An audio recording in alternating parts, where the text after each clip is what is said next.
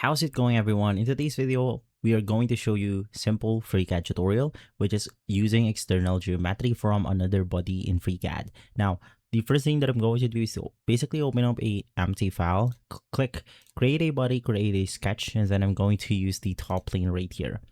Now, to make things easy, I'm just going to draw a simple shape or a simple square, closing it, and then we are going to use the pathing option, which will then make this square right here. So I'll just click on OK.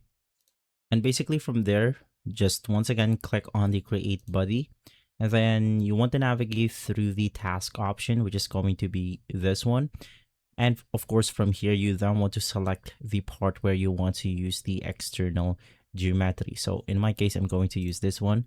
Just make sure that it is selected. And then you want to click on the binder option, which is going to be this one. So click on it.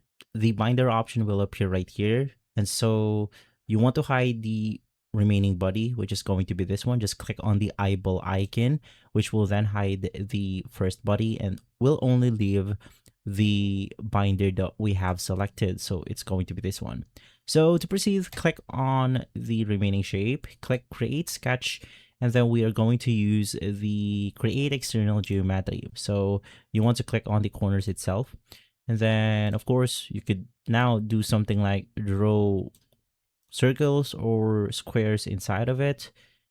And if you're done with this, just click close, and then you can also use the pathing option, which will then enable the external geometry. So that's how you basically use external geometry from another body in FreeCAD. Click on OK, and that should be it. Hey, if this video has been helpful, leave a like, subscribe, and follow us for more videos like this. Thanks for watching.